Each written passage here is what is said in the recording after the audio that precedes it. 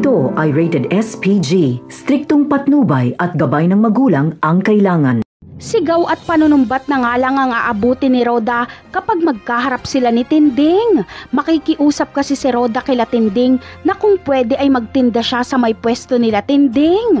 Hindi na kasi kay Roda ang pwesto na ito dahil nabenta niya na.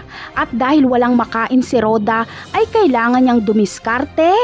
Ngunit tatalakan lang siya ni Tinding, hindi niya mapapatawad si Roda. Ngunit may isang kondisyon si Tinding, tutulungan niya lang si Roda kung babawiin ito ang pagbibintang niya kay Tanggol na siyang sumaksak sa kanya. Malinaw naman kasi na hindi si Tanggol yon dahil nilooban ulit si Roda kahit nakakulong na si Tanggol. Samantala, sa paglipat ng bahay ni Lena ay napalapit siya sa bahay ni Rigor. Sunod-sunod ang sakit ng ulo at pagsusuka ni Lena kaya magpapacheck up siya. At dito ay positive ang resulta na buntis si Lena. Kaya lagi na lang nasa bahay ni Lena si Rigor dahil aalagaan niya ito. At dito na maghihinala si Marites na may relasyon si Lena at Rigor.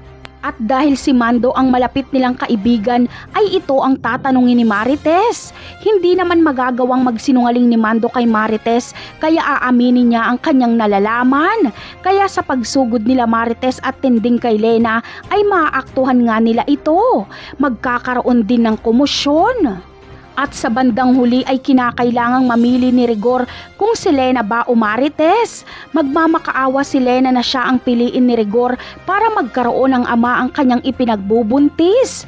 Ngunit siya na kaya ang pipiliin ni Rigor?